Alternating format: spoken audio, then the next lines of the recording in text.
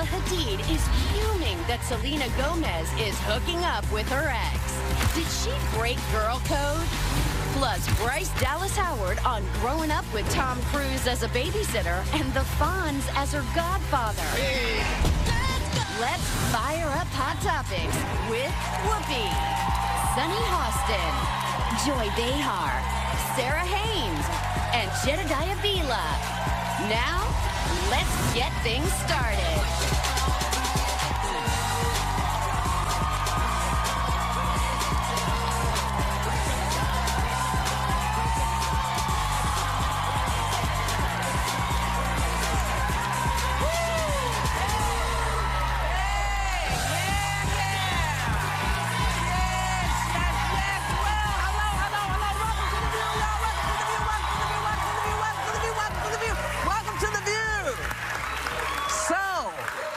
Last night, hey baby, last night Donald Trump's pick for Education Secretary, Betsy DeVos, faced some tough questions at her Senate confirmation hearing.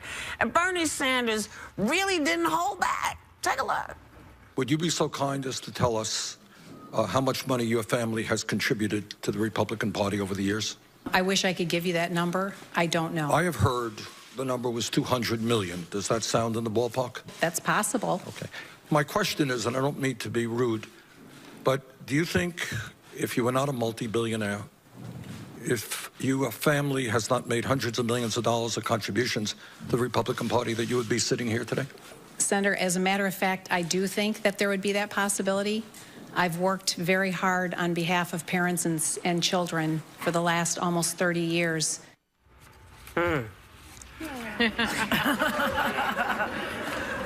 Does Bernie have a point? Well, in Michigan, where she's from, she's very big on charter schools. She doesn't really want to put money into public schools. She wants all alternative education all over the place.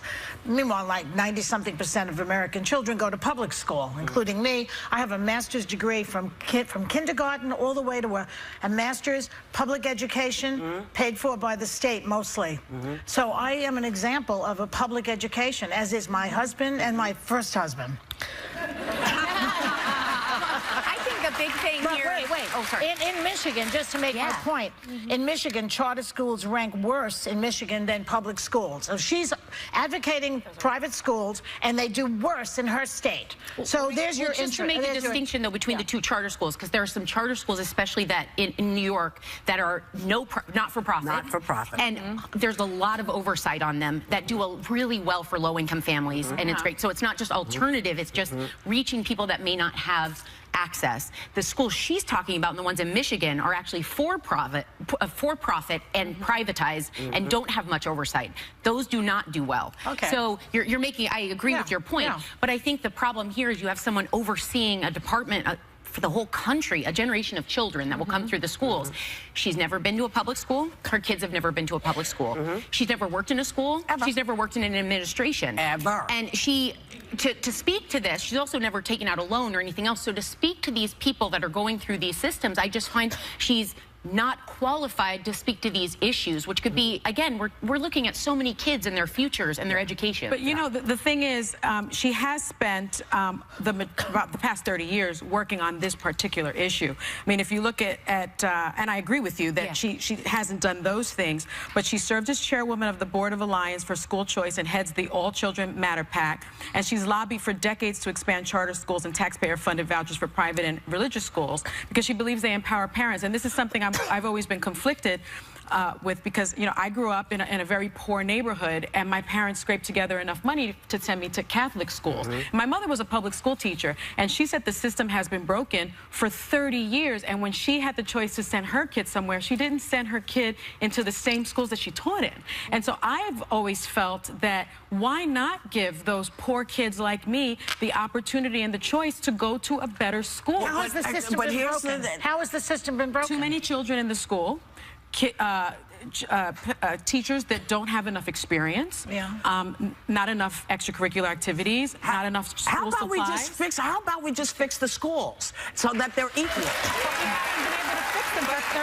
Putting in someone who doesn't know anything about what parents actually go through doesn't help. And also someone whose agenda is to create schools that have a religious bent. Not all, you know, America is filled with religions from all over the map. And so to talk about, you know, making America better with the Christian schools doesn't make sense to me when there are so many different religions. If we make schools better, if we train teachers better, if we pay them, if we paid them a living wage, you know, and fix the schools that are falling apart, because we seem to be able to do everything else. I don't know why the kids with nothing always get pooped on. But we haven't been able, I mean, we haven't been able to fix them for so long. I don't understand why there's so much opposition to giving parents, especially low-income parents, more power and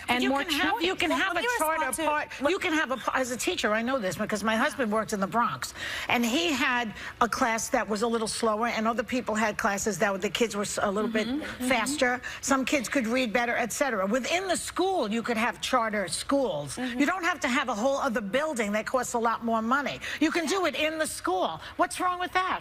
You know, I think that is a possibility. I don't think they're mutually exclusive. I mean, I think we need to try to fix our public schools, of course. Just all the schools and make them equal. And make them equal, of course. But why not give these parents the option? I mean, when you speak to communities of color, they want their kids to have options. They want their kids in the charter school. No, they want their kids to have the same opportunities kids in schools that are not falling apart have. Right, but because when you do that, though. Well, part of it is when people make assumptions about what goes on in neighborhoods, when people make assumptions about who's in those neighborhoods, it's what Van was talking about. Yeah. When people just assume, when you see a really smart kid, we say it's a smart kid going up to the thing, you don't believe this kid is as smart. That's part of the problem. But it's also another issue. I want to just respond about Betsy DeVos for a second, because she is not people who have been supportive of charter schools, and I'm one of them, I'm a supporter of charter schools and vouchers, have been opposing her in her home state. The reason her charter schools don't work is because she imposes government regulation. She was a Common Core backer before she opposed Common Core. This stuff you're hearing her say now about how I oppose Common Core and I oppose government standards, that's not true. The vouchers she wants to distribute have government oversight. She is a big government girl in disguise. One of the issues with why I'm a former educator, a former teacher. I respect teachers. It's one of the toughest jobs in this country. They deserve more respect than anyone. But when you saw in New York City, you saw Bill de Blasio going against a charter school success academy, and you saw minority communities, low-income communities rallying together and saying this school represents opportunity for our kids. And who was battling against them were the teachers' unions, who often don't stick up for the teachers and don't stick up for the students, but stick up for themselves. And what people are saying, I'm 100% with you. The people who are in the union are themselves. No, but you see teachers in schools saying this union is preventing our schools from getting better. You see a lot of teachers saying they are not helping the system. They are fighting the system. And you're right, though. These parents have a right to say, look, if I'm poor and I have a child in a poor district and the best school that I can send my child to is not in my district, I should have the right to say, I want my child to go there. But I'm telling you, you have a choice within the school. Hold on. Within the school.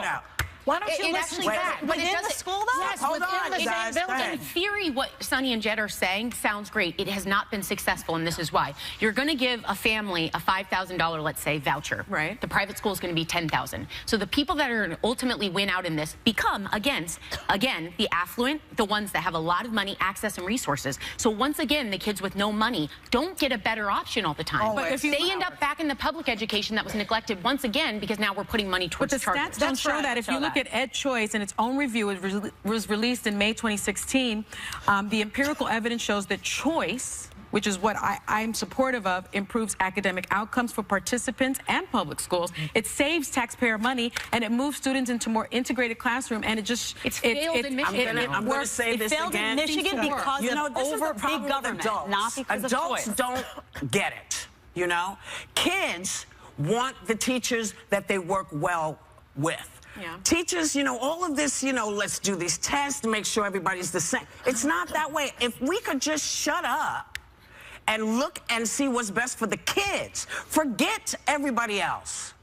If you have a teacher that needs something, why aren't their needs met? If there are buildings that are falling down, why aren't they repaired? I had to buy my own books.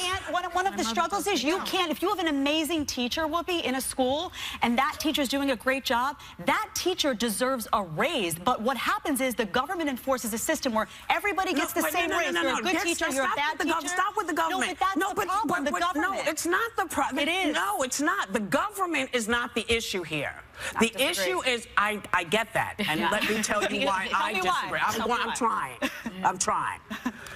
The government is not the problem here because the government, you know, gives all the school districts the money they need. The school districts need to take a look and see how to measure a teacher, what a teacher does. To make it one blanket thing, a teacher in this classroom does not teach this class the same way this teacher does. That's why I say that. That's why I disagree. I agree with you. But it's not a government thing. This is not. This is local. I agree with you. I agree with you. But to me, that means taking some of that power away from the federal government and giving that power to the local communities and the state government. Listen, local communities are falling apart because all of these wonderful programs that used to be there when I was a baby 1,000 years ago, you know, people have said, oh no, that's affirmative action. You shouldn't get that. You shouldn't have that. You shouldn't have that. And you know what? The only people that suffer here are the kids. Always. They're the only people who suffer. We'll be right back with more Hot Topics. Coming up, pardoning a traitor?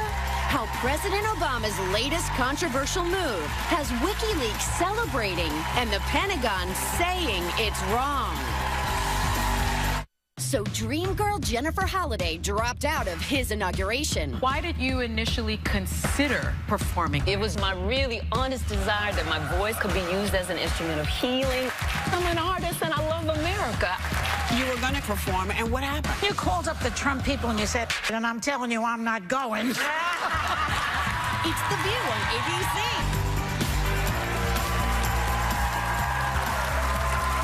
Welcome back. Yesterday, President Obama commuted the 35-year prison sentence of Chelsea Manning, the transgender Army private convicted of leaking military docs to WikiLeaks. A lot of Republicans changed their tunes on WikiLeaks after the Hillary email leak. So are they going to be happy about this? They should oppose it. They should oppose this strongly because this is someone who compromised our, once again, you can't hate one person for compromising our national security and like someone else. This is someone who compromised our national security, who these files that were released by Chelsea Manning, a lot of people don't know, were coveted and treasured by Osama bin Laden. They're part of something called the Afghan War Diary, and Osama bin Laden used these to try to gain information about what we were doing in Afghanistan. So anytime you have someone that compromises the lives of fellow troops, fellow Americans, intelligence agencies, that to me is someone who is not deserving of commutation, in my opinion. And I think it would she deserved 35 years, though?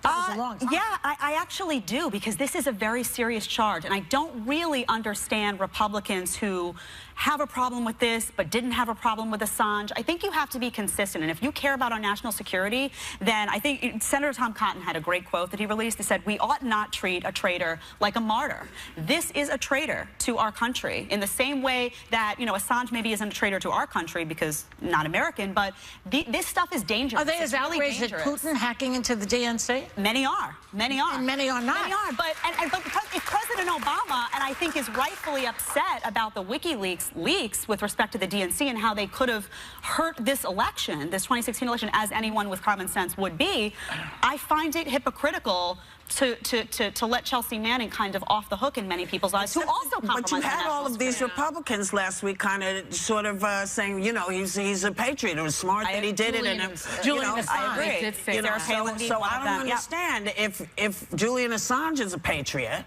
why isn't this guy a because patriot? he released stuff that helped them. It's obvious. Well, no, it's not. It's not obvious to me. If it's good for the goose, it's good for the gander. Either everybody but is I'm saying it's everybody obvious is bad, or everybody is good. They only like it when it helps them. Well, that's the point. But you know, I just think it's, you know, You can't. My trader is better than your trader. Well, you know, but your trader gets treated better. You know what?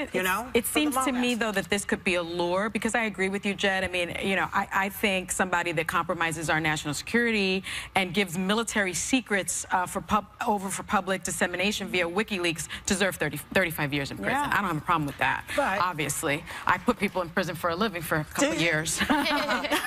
She's proud of it. Yeah, she's very proud of it. I am proud of the work that I did. But I do think that it could be a lure, because if you looked at the WikiLeaks tweet, they said if Chelsea Manning gets a pardon, then Julian Assange will come back to the United States to face the music.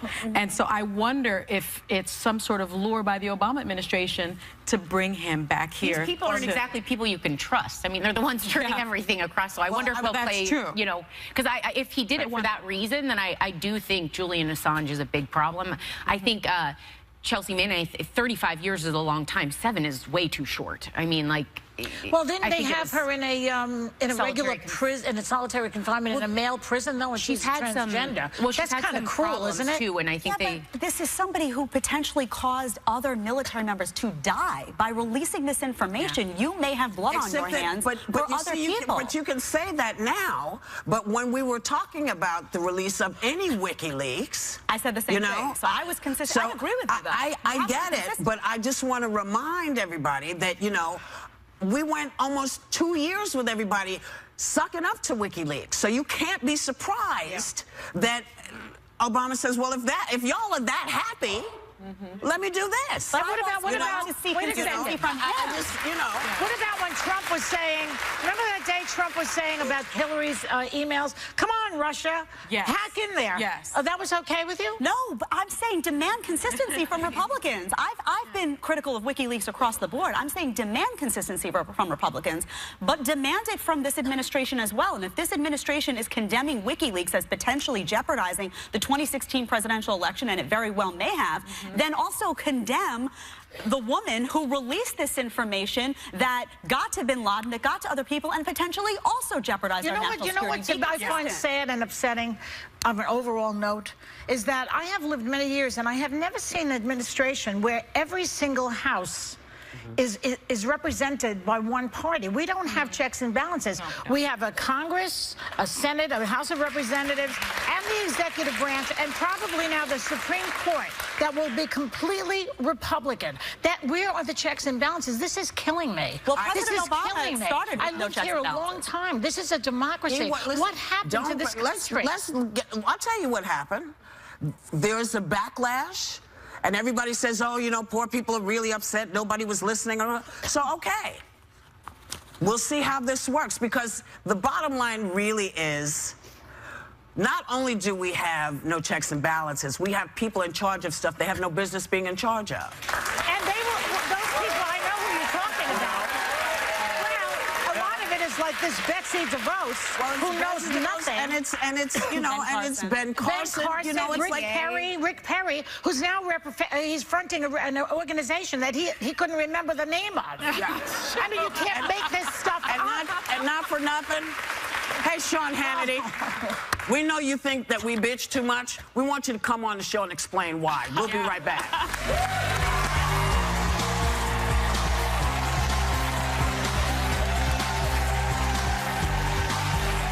It may be a time of major transition in the U.S., but it's also the best time to be a woman, according to Republican men.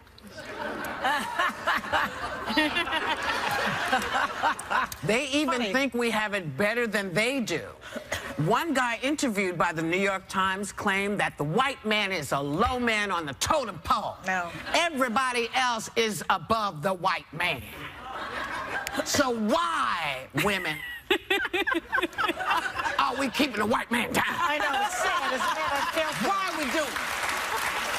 I know, they're so jealous of all the things, all the sexual harassment we have to put up with, the low wages, and all the people making decisions for our bodies, not even asking them, oh, yeah, it's a good time. Yeah. I think it's true that women do, like, I'm really proud to be a woman, and I look at women across the country, CEOs, teachers that are really successful, but women have to fight oftentimes to get what a lot of guys get really easily. We have to fight for equal wages. We have to fight for respect. We have to fight against sexism. And it's really hard to be a woman. It's a hard job. And I think any guy who doesn't understand that hasn't spent any time around women. Well, that's the victimization of all these white guys out there. You know, Suddenly, I guess you guys are feeling like this is their time. They feel like it's their time, but you know what? Everybody gets a time. You've had a couple of times. Yeah. I'm just saying. When hasn't it been their time? Well, it's been white guys' time for a lot. Yeah. But you know, there's no reason why you can't share the time. Right. With your equals. With your equals. You know, it's Native American man time. It's Native American woman time. It's black woman time. It's black man time. It's everybody's time. It's French man. It's everybody's time. I guess it's hard to have something that you always took for granted taken away from you. Yeah, life's a bitch and then you die. Anyway, yeah. My friend's father told me that if he were to be reborn, he would be reborn as a woman, because women are the ones that truly have the power over the most powerful men in the world.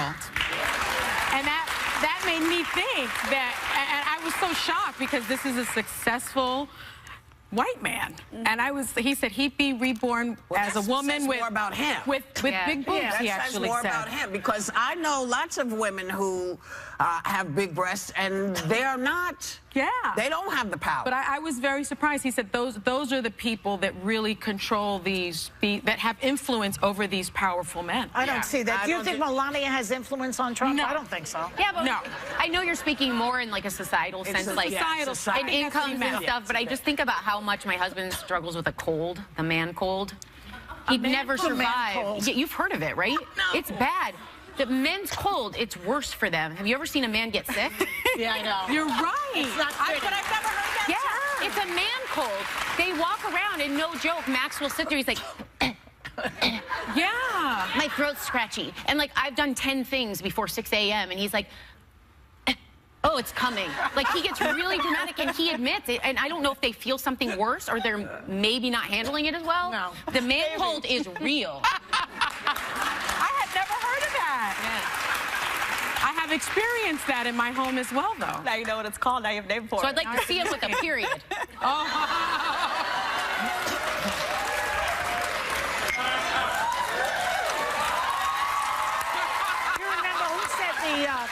Who was it, Whoopi? Was it Florence Kennedy or Gloria Steinem said if a man got pregnant, abortion would be a sacrament? Yeah. Yeah. Truth to power, baby. Truth to power. We'll be right back.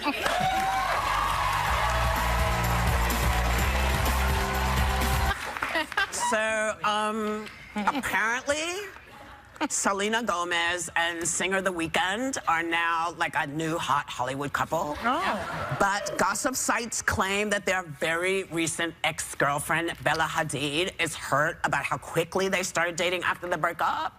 And Selena and Bella also run in the same social circles, so is this gonna get like awkward?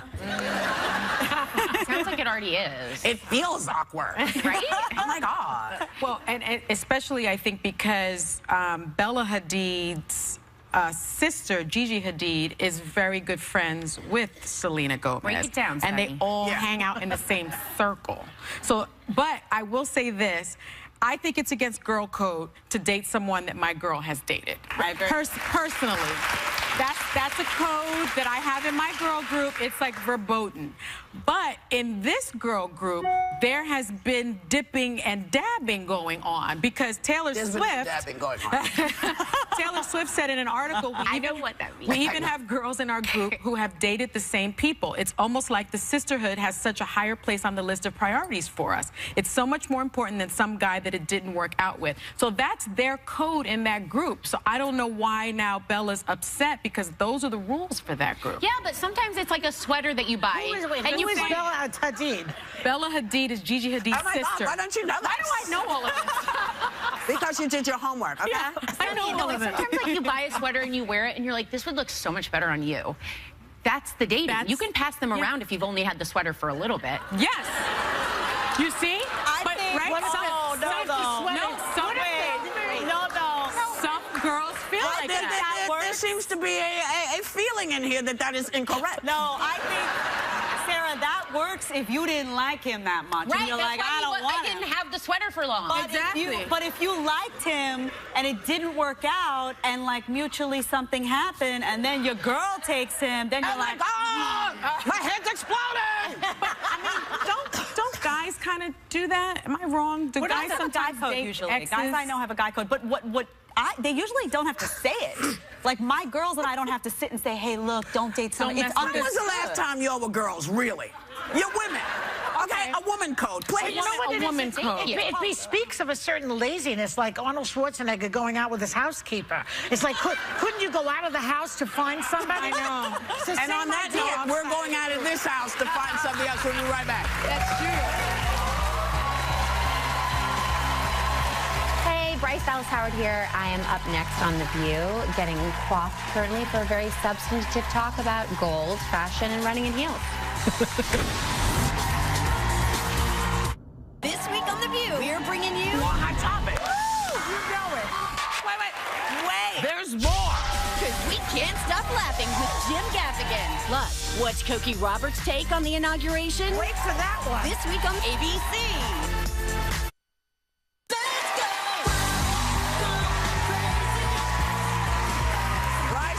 Howard is nominated for a SAG Award for her star turn in one of my favorite shows on the planet right now, Black Mirror. And she's also getting charmed on the big screen by a treasure-hunting Matthew McConaughey in the new film Gold. Please welcome the fabulous Bryce Dallas Howard.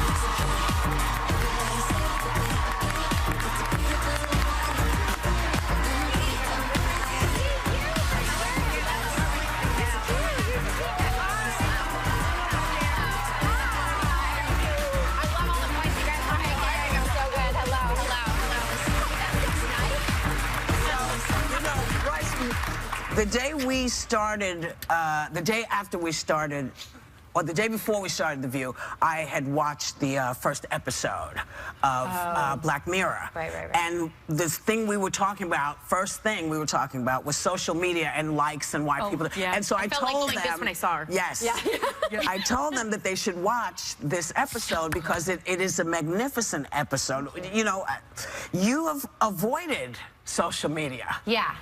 Why? Yeah. Tell well, everybody it's why. like, it's sort of, so I'm almost 36, and I joined social media only a year ago, so at the age of 35, and it was 2 weeks, actually, before I received the treatment for this episode. Right. So it was sort of like I had finally like been like, okay, I'm just gonna do this thing, and then I sort of had this, like, I mean, it's this cautionary tale about the perils of social media and how it basically destroys our humanity. Yes. And it was like, it was good to see, to get to kind of work that out and actually see truly how hypocritical I am, because I'm just as insane about social media now as I was before. I mean, it's like, it's a thing. Yeah, it's a thing. It can become a thing. Yeah. That episode captures. I watched it 3 times because you have such a presence in that. That's so. And you were nominated for a SAG award for that, right? Yes. You so deserve that. I'm voting, even though I don't. Oh my goodness. No, but and you always look amazing on the red carpet. Speaking of red carpets, but you're known for being pretty out there about shopping off the rack. Yeah. For things. Yeah. So how did that come about? Well, isn't that how we all get clothes? Yes. Right? You always hear that people are knocking your door down, so like... Right. So that's, I mean, it's kind of, I think how the system of styling works and all of that is amazing, and there's super talented people and all of that, but it's sort of tricky because if you're not the same, you can't really borrow clothes unless you are borrowing it off of the runway, and that's just like, you know, that's one body type. And so it was when I was doing a lot of press for Jurassic and everything, I sort of was like, you know, I'm just gonna try to budget really well and control this and feel calm about it and just do it the way that I've sort of like always shopped my whole life with my girlfriends telling me what to wear, of course. So that was kind of. Well, and I've read that you're a fan of the Kardashians' fashion. Yes, you know what? Because I'm curvy, but I'm also from Greenwich, Connecticut, so I'm very like prude and like God forbid like anything is like tight on my body, and I think watching the Kardashians and seeing how they dress their body and seeing how much they embrace their curves, it kind of. That more clothes came out with bigger butts, and I was like, I can fit in those pencil skirts. Whereas before I'd be like, can't quite get it up there. So it's good. I agree. They have their pluses, that group. Yes, absolutely, as everyone does. Yeah. So let's talk about Jurassic World for a second, because it's the 4th highest grossing film of all time. Of all time. Crazy. And the fact that you ran away from a dinosaur in your heels was the talk of the town. Yeah. So some people said it was, misogynistic, and other people said it was empowering. So how do you feel about it? Well, you're going to use it in the next movie. I felt like it was right for the character. And when I'm kind of figuring out a character, like you look in front of a mirror and you're putting on different costumes, and eventually you are sort of like, okay, that's her, that's not her. So it was, for me, just the process in the first film of choosing how she looked. It was very, like, it made a lot of sense to me. You know, this is a woman who's comfortable in the corporate world and is not prepared to run in the jungle. Like, that's like what the story is about. Yeah, right. And she doesn't have those footies in her pocketbook. No. She doesn't have them in her pocketbook. So she would have had to walk, but she would have had to run barefoot. I would have had to be barefoot, and that was literally, they left the choice up to me, and there was sort of the point at which I would need to return, like, take off the shoes, and I looked, and I was like, running through Dino Pool, you know she's not going to have a shoe on. Right? They weren't like, hi. I don't know if running in heels can ever be called sensible. Good point. Good point. But in the scheme of things, they were not stilettos. They weren't stilettos. And now I'm sort of like maybe wanting to wear heels. I don't know. Like for this next movie, we're needing to think about it, and I've sort of like momentarily lost that organic process of looking in a mirror and being like, who is this woman? Like this woman who is a complete person, who is flawed, who has preferences, who has a pathology, who's tested in lots of different ways and fails sometimes and succeeds the others. Like, who is this woman? And I have to sort of get the voices out of my head of like, what does it mean if she's wearing heels or not wearing heels? Like it's like projecting. Like I don't really. Yeah. Well, talking about another character, I saw your film yesterday, Gold. Oh, well done, well done. Gold, and you were with, you play Matthew McConaughey's girlfriend. Yes. And I was so excited because he's hot, but he looks a little different in the film. He does. I think we have a clip. Yes. Let's see.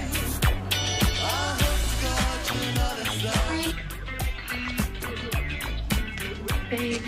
You look beautiful, Kay. Come here. I wasn't expecting that.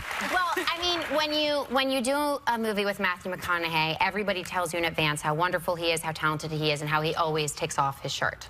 And he did not disappoint. He put on weight for he that. put on like 40, 45 like pounds. Like the old De Niro thing. Yeah.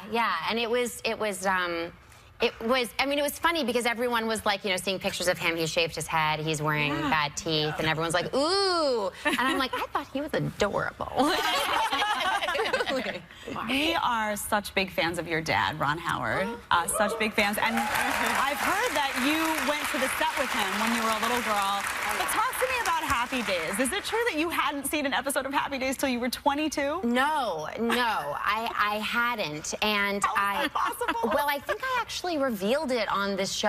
I was first doing kind of press for my first movie, this movie called The Village, and I said it on the show. Village. Oh, God. That's good. Sorry. But everyone like gasped in the audience when I said it. I was like, oh no, I've never seen an episode of Happy Days. And everyone was like, and I survived that interview, thankfully. They didn't kind of like riot.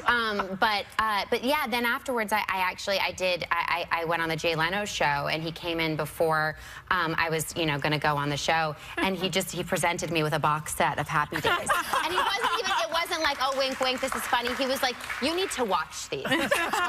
Let me help you. Yeah. So were they funny when you watched them? Yeah, really I mean, funny.